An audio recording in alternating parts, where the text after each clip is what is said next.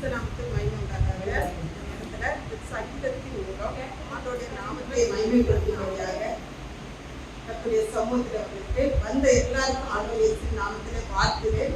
சங்கீதம் 39 நம்ம பார்க்கும்போது எல்லாருமே ஒரு பிரச்சனையில இருக்கிற ஒரு பாவம் ஒரு சோகத்துல எனக்கு இப்படிப்பட்ட காரியங்கள் இருக்குது, நான் இப்படி சஞ்சலப்படுகிறேன் என்று தாவீதுதான் ஒரு சங்கீதத்தை எழுதியிருக்கிறார். இந்த சஞ்சலத்தின் மத்தியில, கஷ்டத்தின் மத்தியில, துன்பத்தின் மத்தியில இந்த சங்கீதத்தை எழுதியிருக்கான் தாவீது எழுதியிருக்கிறார். அதே போல இந்த இடத்துல நிறைய பேர் வந்திருக்கலாம். ஒருவேளை எனக்கு நம்பிக்கை இல்லை, நான் இவ்வளவு தூரம் கஷ்டப்பட்டு எனக்கு ஒரு பலம் இல்லை, ஒரு காரியம் நன்மையாக முடிக்கல அப்படின்னு சொல்லிட்டு யார் யார் வந்திருப்பீங்களோ அவர்களுக்கு எல்லாம் இந்த சங்கீதம் தாவீதின் மூலமாக கர்த்தர் இந்த சங்கீதத்தின் மூலமாக இந்த வாரத்துல உங்களுக்கு பேசுவார். இந்த வாரம் முழுவதும் இந்த சங்கீதம் உலகத்துல பேசிக்கிட்டே இருக்கும்.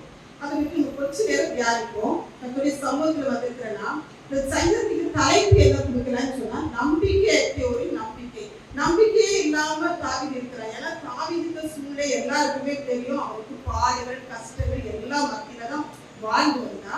அந்த மத்தியில அவனுடைய சமூகத்துல ஒரு நம்பிக்கை இல்லாமலே ஒரு எனக்கு இவ்வளவு பாடுகள் இருக்குது, இவ்வளவு கஷ்டங்கள் இருக்குது, இவ்வளவு பிரச்சனை இருக்குது அப்படின்னு சொல்லிட்டு அவனுடைய சமூகத்துல இருக்கிறான். அவனுடைய சமூகத்துல என்ன சொல்றேன்னா முதல்ல நம்ம வாசிக்கும் போது நாவினால் பாவம் செய்யாதபடிக்கு நான் என் வழிகளை காத்து. நாவினால் நம்ம ஆண்டுடைய சமூகத்துல வந்திருக்கிறோம். நம்முடைய நாவை காத்து கொள்ள வேண்டும். ஆண்டுடைய சமூகத்துல நாம தாவீது சொல்றாங்க, நான் நாவினால என்னுடைய வார்த்தையினால என்ன நாவினால யாருக்கும் எந்த காரியத்தையும் நான் சொல்லக்கூடாது, செய்யக்கூடாது. அந்த நாவு இப்படிப்பட்டது என்று சொல்ல முடியாத பாவம் செய்யாதபடிக்கு என் வழிகளை காத்து கொள்ள வேண்டும்.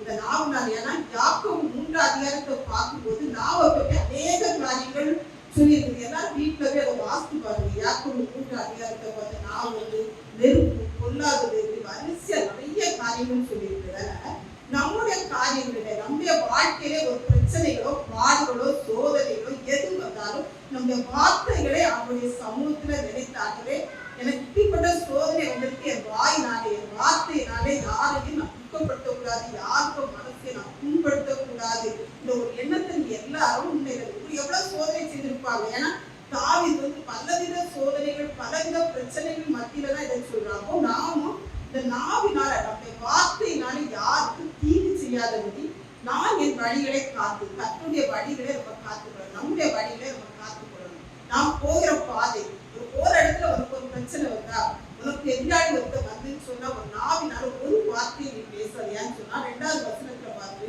நாம் மௌனமாக்கி பூமியே ஆகிட்டு நலமானதை பேசாமல் அமர்ந்துட்டேன், ஆனாலும் என் துக்கம் அதிகரிக்கிறது. சில நேரம் நமக்கு அப்படிப்பட்ட சோதனைகள் வரும், நல்ல பிரச்சனைகள் வரும். அந்த பிரச்சனைகள் மத்தியில நம்ம எதையாவது பேசிடுவோம். ஆனா இன்னைக்கு எனக்கு ஒரு தீர்மானம் எடுக்க, என் நாவினால எந்த காரியத்தையும் நான் யாருக்கும் தீங்கு விளைவிக்க மாட்டேன், என் நாவை அடக்கி கொள்வேன். எனக்கு எவ்வளவு பிரச்சனைகள் வந்தாலும், யார் எனக்கு எதிராக வந்தாலும், எவ்வளவு பெரிய சோதனை வந்தாலும் இந்த தாவீதை போல என் நாவை அடக்கி என் வழியை காத்துக் கொள்வேன். கர்த்தருடைய சமூகத்துல வரணும், கர்த்தருடைய ஆசீர்வாதம் நமக்கு வேணும்னு சொன்னா முதலாவது நம்முடைய நாவை அடக்கி நம்முடைய வழியை காத்துக்கொள்ள வேண்டும். அப்படி காத்துக்கொள்ளும் போது கர்த்தருடைய வாழ்க்கையை ஆசீர்வதிக்க வல்லவரா இருக்கிறார். ஏன்னா தாவீதுக்கு பயங்கரமான வீழ்ச்சியும் அவருடைய தொடக்கமே இந்த சங்கீதத்துல 1 - 41வது சங்கீதம் வரை பார்த்தா தாவீதுக்கு நடந்த வாழ்க்கையில முதல்ல நடந்த பயங்கரமான வீழ்ச்சி தான் இடத்துல பார்த்திருக்கோம். அடுத்த 4வது வசனத்தையும் 5வது வசனத்தையும் பார்க்கும்போது கர்த்தாவே நான் எவ்வளவாய் விளையற்றவர் என்று உணரும்படி என் முடிவையும் என் நாட்களின் அளவு எவ்வளவு என்பதை எனக்கு தெரியும்.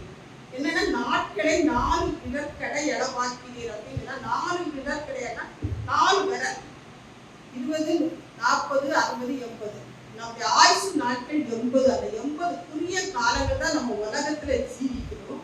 அந்த காலத்துல நான் 80 வயசுல நம்ம எவ்வளவு காலம் கர்த்தர் கொடுத்துருக்கான்னு தெரியாது, நமக்கு தெரியாது. நம்ம எவ்வளவு காலம் உயிரோடு இருப்போம்னு நமக்கே தெரியாது, ஆனா ஆண்டவர்களுக்கு தெரியும். அந்த காலத்துல குறுகிய காலத்துல கொஞ்ச காலம் நம்ம சின்ன பிள்ளைகளா இருக்கும், அது எல்லா காலங்களே கடந்து வரும்போது நம்ம எதாச்சும் அந்த நாட்கள் உயிரோடு இருக்கிற நாட்கள்ல கர்த்தருக்கு பயப்படணும், நம்முடைய நாவை அடக்கணும், நம்முடைய வழிகளை காத்துக்கொள்ளணும்னு சொல்லிதான் 4 விரற்களை அளவாக்கிறேன் என்று சொல்லி. ஏன்னா என் ஆயுசு ஒரு பார்வைக்கு இல்லாதது போல் இருக்கிறது, எந்த மனுஷனும் மாயே என்பது நிச்சயம். ஆனா உலகத்துல ஜீவி எல்லாமே மாயதான். நம்ம ஏன் எனக்கு இவ்வளவு சோதனைன்னு சொல்லலாம்.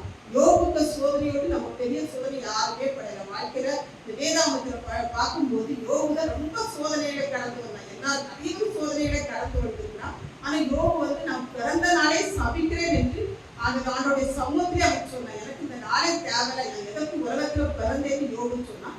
ஆனா அந்த யோபு சொன்னாலும் கர்த்தர் அவருக்கு ஒரு பெரிய ஆசீர்வாதத்தை, ரெட்டிப்பான ஆசீர்வாதத்தை வைத்தார். இதே போல தாவீதுக்கு ஒருவேளை ஒரு வீழ்ச்சி, அவருக்கு மன சோர்வு, அவர் துக்கத்தின் மத்தியில இந்த வார்த்தைகளை சொன்னாலும் எல்லாம் மாயதான். உலகத்துல நம்ம ஜீவிக்கிறோம்னு சொன்னா அந்த காலத்துல வாழ்கிற காலத்துல எல்லாமே மாயதான். எல்லாருக்கும் சோதனைகள் வரதான் செய்யும், எல்லாருக்கும் பிரச்சனைகள் வரதான் செய்யும். அது எல்லாவற்றையும் சகிச்சு நம்முடைய நாவை அடக்கி நம்முடைய வழியை நம்ம காத்து கொள்ளும் பொழுது நமக்கு எல்லா நன்மைகளையும் கற்றுக் கொடுக்க அவர் வல்லவராக இருக்கிறார். ஏன்னா பிரசங்கி 9:5 வந்து நிறைய பிரசங்கி 9:5 எடுத்து யாராவது வாசிக்கலாம்.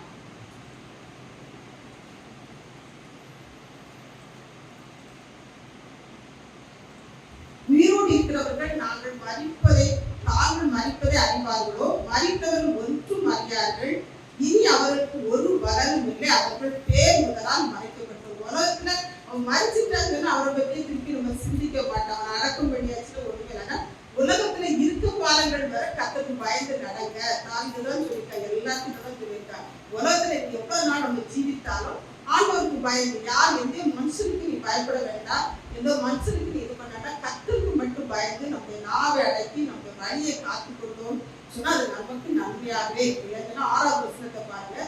தேசமாகவே மனுஷன் திரிகிறான், விருதாவே சந்திரப்படுகிறான், ஆஸ்தியை சேர்க்கிறான், யார் அதை வாரி கொள்வான் என்று அறியும். இப்போது மகவே நான் எதற்கு எதிர்பார்க்கவே நீரே நம்பிக்கை. தேசமாகவே மனுஷன் திரிகிறான். ஏன்னா இதே சங்கீதம் 41 பாருங்க. 41:9வது வசனத்துல என் பிராண சிநேகிதனும் நான் நம்பினவனும் என் அப்பம் புசித்தவனுமாகிய மனுஷனும் எங்கள் தன் குடிகாரை தூக்கினான். நம்ம பிராண சிநேகிதன் நம்முடைய நண்பர்களா இருக்கலாம், நம்மளோட கூட இருக்கலாம், இந்த இடத்துல அப்பம் புசித்திருக்கலாம், நம்மளுக்கு எல்லா நன்மைகளையும் பெற்றிருக்கலாம். ஆனா என்ன செய்வான், ஒரு காலத்துல நம்மளை கைவிடலாம், நம்மளை இழிவா சொல்லலாம். அவங்க எவ்வளவு இழிவா சொன்னாலும் நம்முடைய வாயை நாவே அடக்க வேண்டாம். அதுதான் சொல்லியிருக்கு. எனக்கு வேஷமாகவே மனுஷன் தெரியும், வேஷமாக தான் மனுஷன் தெரிவான். இருந்தாவே நம்ம வந்து நிறைய ஆஸ்தி சேர்த்து வச்சுக்கோன்ற அப்படின்னு இது பண்ணாதுங்க. கர்த்தருடைய சமூகத்துல கொஞ்சம் இருந்தாலும் ஒவ்வொரு நாளும் கர்த்தர் நம்ம நடத்துற விதமே ஒரு தனி விதம். நமக்கு நிறைய ஒரு சொத்தை வாங்கி போட்டுட்டு நிறைய பணத்தை பேங்க்ல வச்சுட்டு ஒரு நன்மையும் கிடையாது. ஆனா கர்த்தர் நம்ம ஒவ்வொரு நாளும் நடத்தணும். எவ்வளவு கஷ்டங்கள் வந்தாலும் எவ்வளவு பாடுகள் வந்தாலும் அந்த இடத்துல கர்த்தர் யார் யாருக்கு உதவி செய்வாங்க. மனசுல ஒருவேளை நீ உதவி செய்த உதவி செய்வர்கள் உனக்கு உதவி செய்யாவிட்டாலும் கர்த்தர் யாரை கொண்டாலும் உனக்கு நன்மை செய்வார். அதனால உலகத்துல இருக்கிற நாட்கள்ல யாருக்கும் தீமை செய்யாதுங்க, வாய்நாள வார்த்தைகளை விடாதுங்க. நீங்க வழியை காத்து கொண்டீங்கன்னு சொன்னா எவ்வளவு பாடுகள் பிரச்சனைகள் இருந்தாலும் உங்களுக்கு நீங்க நன்மை செய்தீங்கன்னு சொன்னா கர்த்தர் உங்களுக்கு யாரை கொண்டாலும் உங்களுக்கு நன்மை செய்வார். அதுதான் இந்த தாவீது சொல்லியிருக்கேன். இப்போதும் ஆண்டவரே நான் எதிர்பார்த்திருக்கிறேன், நீரே என் நம்பிக்கை. நான் உண்மைதான் நம்பியிருக்கிறேன், ஆண்டவரை தான் நம்பியிருக்கிறேன். எந்த மனுஷனை நம்பல. மனுஷன் எல்லாரும் கைவிட்டு விடுவாங்க, எந்த மனுஷனும் உங்களை யாருமே இது பண்ண மாட்டாங்க, கைவிட்டுருவாங்க. ஆனா கைவிடாத கர்த்தராகிய கிறிஸ்து உங்களுக்கு கூட எப்போது எந்த நேரத்துல உங்களுக்கு எந்த தேவை என்ன காரியமோ ஒருவேளை ஒரு சஞ்சலங்களோ தவிப்புகளோ வந்தாலும் கர்த்தரை கைவிட்டு நமக்கு தூக்கி விட தேவனாயிருக்கிறார். அடுத்தது பாருங்க 30வது வசனம். நீரே எனக்கு செய்தீர் என்று நான் என் வாயை திறவாமல் மௌனமாய் இருந்தேன். தாவீது வந்து எனக்கு ஆண்டவர் எனக்கு இதை செய்தார் என்று ஒரு முன்மாதிரி ஒரு சாட்சியை சொல்றான். ஆண்டவர் எனக்கு எல்லாம் நன்மையும் செய்தார். ஒருவேளை எனக்கு விரோதமா எதிராளிகள் சத்துருக்கள் அவருக்கு நிறைய பேர் இருந்தாங்க, அவனுக்கு இல்லாத சத்துருக்களே கிடையாது. ஆனா அது எல்லாவற்றும் எனக்கு சத்துருக்கள் இருந்தாலும் செய்தால், எனக்கு நன்மை செய்தாலும் தீமை செய்தாலும் எல்லாவற்றிலும் கர்த்தர் என்னோடு கூட இருந்தான்னு சொல்லி அவனுடைய முன்மாதிரி அவனுடைய சாட்சி அவர் சொன்னார். அடுத்தது 11 பாருங்க. அக்கிரமத்தின் நிமித்தம் நீர் மனுஷனை கடிந்து கொண்டு கண்டிக்கிற போது அவன் வடிவை கொட்டரிப்புன்னு சொன்னா ஒரு அழகு பூச்சி கிடைக்கிறது போல ஒரு இலை ஒரு செடி வளருது. அந்த செடி நல்லா பூத்து வரும்போது ஒரு பூச்சி வந்து கடிச்சது இதாயிட்டு அது அழகே இதாக. அதே போல நம்ம யார் நமக்கு எதிராக வந்தாலும் அவர்கள் அதை போல துன்மார்க்கம் கொட்டரிப்பை போல அழியப்பட்டு நிச்சயமாக எந்த மனுஷனும் மாறிய உனக்கு விரதமா யார் வந்தாலும் சரிதான், எந்த மனுஷன் வந்தாலும் சரிதான், ஒருவேளை உடன் பிறப்புகளா இருந்தாலும் சரிதான், கூட உன்னோடு கூட இருக்கிறவங்க சரிதான், உன்னோடு வேலை பார்த்துக்கலாம், யாரா இருந்தாலும் நீ கர்த்தருக்கு பயந்து வாயை அடக்கி கர்த்தருடைய வழியில நடந்தேன்னு சொன்னா உனக்கு இந்த எல்லாவற்றையும் விட்டு கர்த்தர் உனக்கு நன்மை செய்வதாகவே இருக்கிறார். அடுத்தது 12வது வசனம் 13வது வசனம் இருக்கு. கர்த்தர் கடைசியில் இருக்கிறார். இதெல்லாம் சொல்லி ஒரு காரியத்தை சொல்லிட்டு கடைசியில 2 வசனத்தை ஜெபிக்கிறான். கர்த்தாவே என் ஜெபத்தை கேட்டு என் கூப்புதலுக்கு செவியுடன் என் கண்ணீருக்கு மௌனமாயிராதே. என் பிதாக்களை எல்லாரையும் போல நானும் உனக்கும் அந்நியன் பரதேசியும் நான் இங்கு இராமல் போகக்கூடிய தேர்தல் அடையும்படி என்னிடத்தில் கொடுவேன். தேர்தல் அடையும் பலன் என் ஜெபத்தை கேட்டு இந்த சத்துருக்களுக்காக நான் ஜெபிக்கிறேன். எனக்கு விரோதமாக எழும்புறவங்களுக்காக நான் ஜெபிக்கிறேன். அந்த ஜெபத்துக்கு என் வாய் அடக்கி என்னை காத்து போட்டு என்னை கூப்பிடுதலுக்கு இந்த பதில் கொடுங்க அப்படின்னு சொல்லி கடைசியில் என்ன செய்யலாம், ஆகவே எனக்கு பலன் கொடுங்க, இடத்துல பொறுமையா இருங்க அப்படின்னு சொல்லி அவருடைய சமூகத்துல அவங்க பொறுமையை காட்டுறாங்க. அப்ப நாமும் வாழ்க்கையில நமக்கு எவ்வளவு சோதனைகள் வந்தாலும், யார் சோதனை கொடுத்தாலும், அவங்க வேலை கொண்டாடுறப்ப எதா இருந்தாலும் சரி, நம்ம பொறுமையாய் தன்னுடைய சமூகத்துல காத்திருக்கும் போது, நம்முடைய வாய் அடக்கி தன்னுடைய வழிகளில நடக்கும் போது கர்த்தர் நமக்கு நன்மை செய்கிறவராகவே இருப்பார்.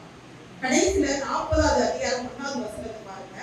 அவன் என்னிடம் முதல்ல 13 என்னிடத்தில் பொறுமையா என்று சொல்லிட்டு கர்த்தருக்காக பொறுமையுடனே காத்திருந்தேன். அவன் என்னிடமாய் சார்ந்து என்னை கூப்பிட்டதை கேட்டான். பொறுமையாய் கர்த்தரிடத்தை இருக்கும்போது பொறுமையா அவருடைய சமூகத்தில் கர்த்தர் எனக்கு செய்வார் என்ற ஒரு விசுவாசத்தோடு ஒரு நம்பிக்கை, நம்பிக்கை அற்றவோரி நம்பிக்கை. கர்த்தர் நம்பிக்கை அற்ற நிலையில இருக்கிறார்.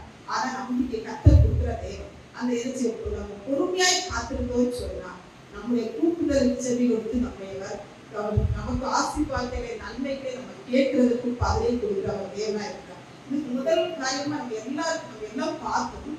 இதுக்கு எக்ஸாம்பிள் சொல்லணும்னா யோசேப்பை சொல்லலாம்.